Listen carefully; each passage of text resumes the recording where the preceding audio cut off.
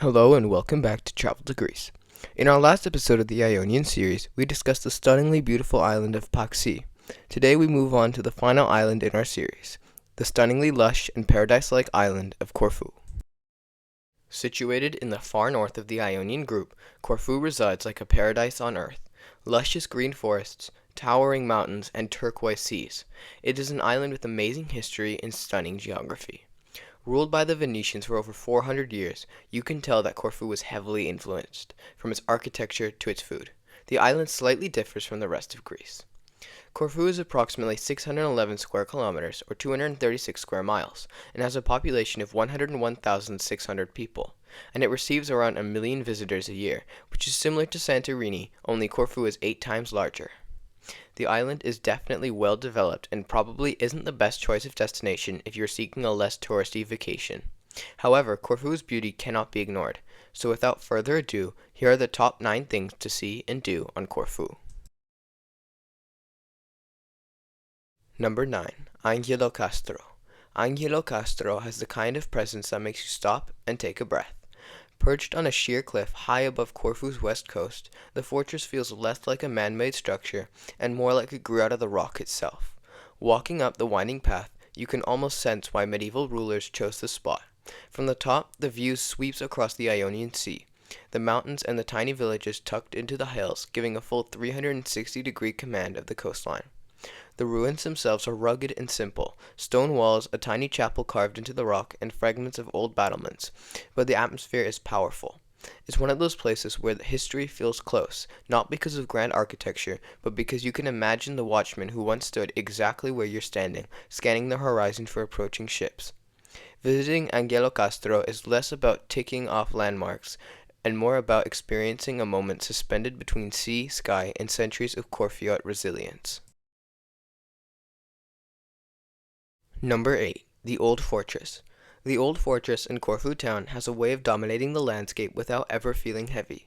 As you cross the narrow causeway and step through its stone gates, you immediately sense that many layers of history have passed through this place, from Venetian soldiers to British officers to modern visitors wandering with cameras. The fortress rises on a rocky peninsula carved into 2 peaks that once formed a natural island, and the views from the top are some of the most striking in Corfu. The terracotta roofs of the Old Town are on one side, the open Ionian Sea on the other. Inside, you weave through tunnels, ramparts, and old barracks, eventually reaching the elegant Church of St. George, which looks almost like a Greek temple dropped into a military outpost. What makes this old fortress memorable isn't just its architecture, but the atmosphere. Quiet corners where the wind whistles through the battlements, sudden panoramas that open up as you climb, and the feeling that you're standing in a place that has guarded Corfu for centuries. Number 7. Issos Beach. Issos Beach feels like Corfu's wild side, open, windswept, and wonderfully unpolished. Instead of the usual rocky coves, you get a huge stretch of golden sand backed by rolling dunes that look almost like a miniature desert spilling into the sea. The water is shallow and warm, perfect for long swims, and on breezier days, you'll see windsurfers carving across the surface while everyone else sinks into the lacy, sun-drenched rhythm that the south of Corfu does so well. What makes Issos so special is a sense of space. You can walk for ages along the shoreline with nothing but the sound of waves and the scent of cedar trees drifting over from the nearby lagoon. It's the kind of beach where you can instantly slow down, kick off your sandals, and feel like you've stumbled into a quieter, more natural corner of the island. Number 6. Glyfada Beach. Glyfada Beach is one of those places where Corfu feels effortlessly glamorous without trying too hard. The moment you step onto the soft golden sand, you're greeted by a wide open bay framed by steep green hills that make the whole scene feel like a natural amphitheater. The water is a clear, inviting blue that stays shallow enough for relaxing swimming, and on calm days it looks almost glassy. There's a lively but laid-back vibe here, sunbeds and beach bars for when you want a cocktail, quieter corners if you prefer to stretch out with nothing but the sound of the waves. As the afternoon light hits the cliffs, the whole beach glows in a warm tone, and it's easy to see why Glyfada is a favorite for both locals and visitors. It's the kind of beach where you can spend an entire day without noticing the time slip by, drifting between swims, sun, and the slow Corfiot rhythm that makes holidays feel endless. Number 5. The Achilleion Palace. The Achilleion Palace feels like a glimpse into the romantic imagination of a queen. Built for Empress Elizabeth of Austria, better known as Sisi, it sits on a lush hillside above Corfu, surrounded by terraces, statues, and sweeping views that make the whole place feel like a living postcard. The place itself is elegant and theatrical, filled with neoclassical details and artwork celebrating Achilles, Sisi's favorite hero.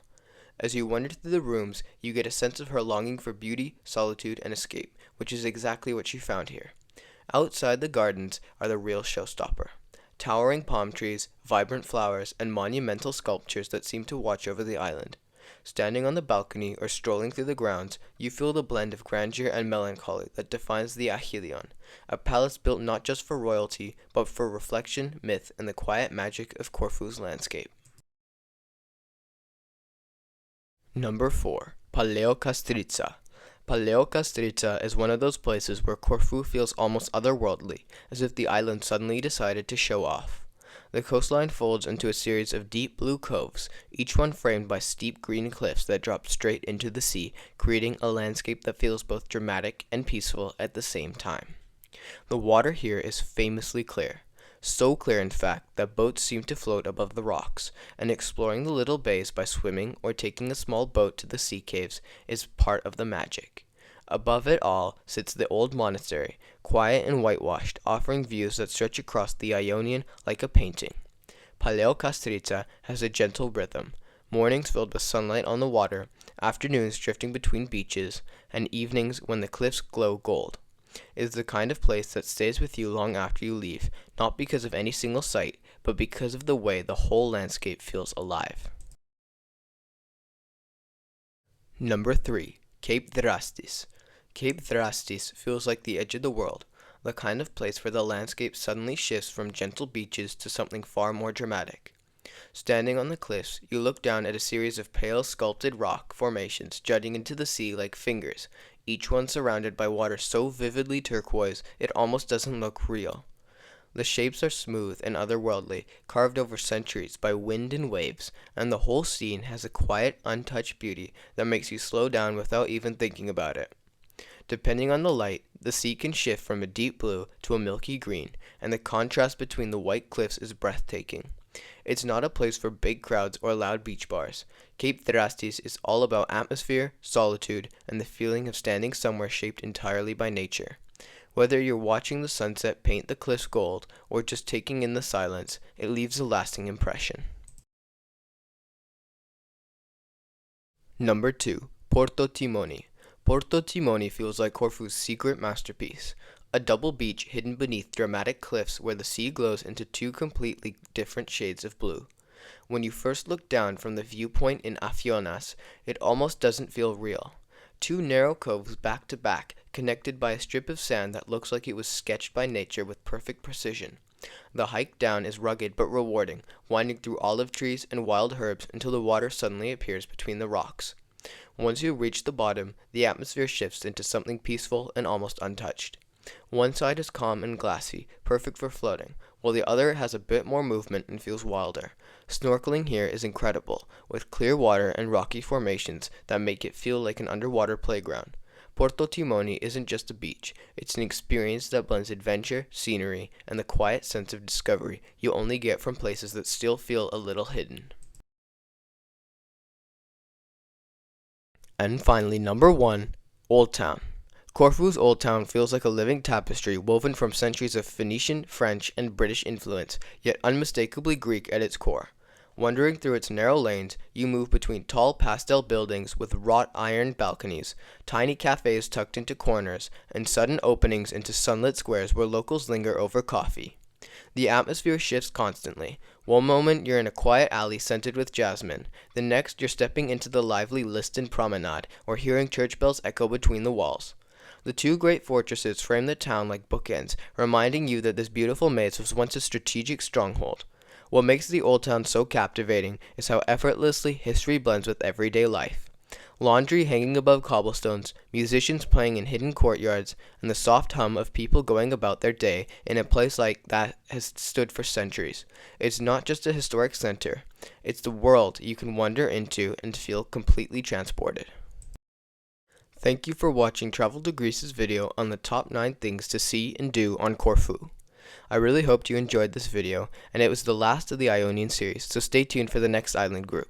If you have any more questions on Corfu, feel free to let me know down in the comments, and don't forget to like and subscribe.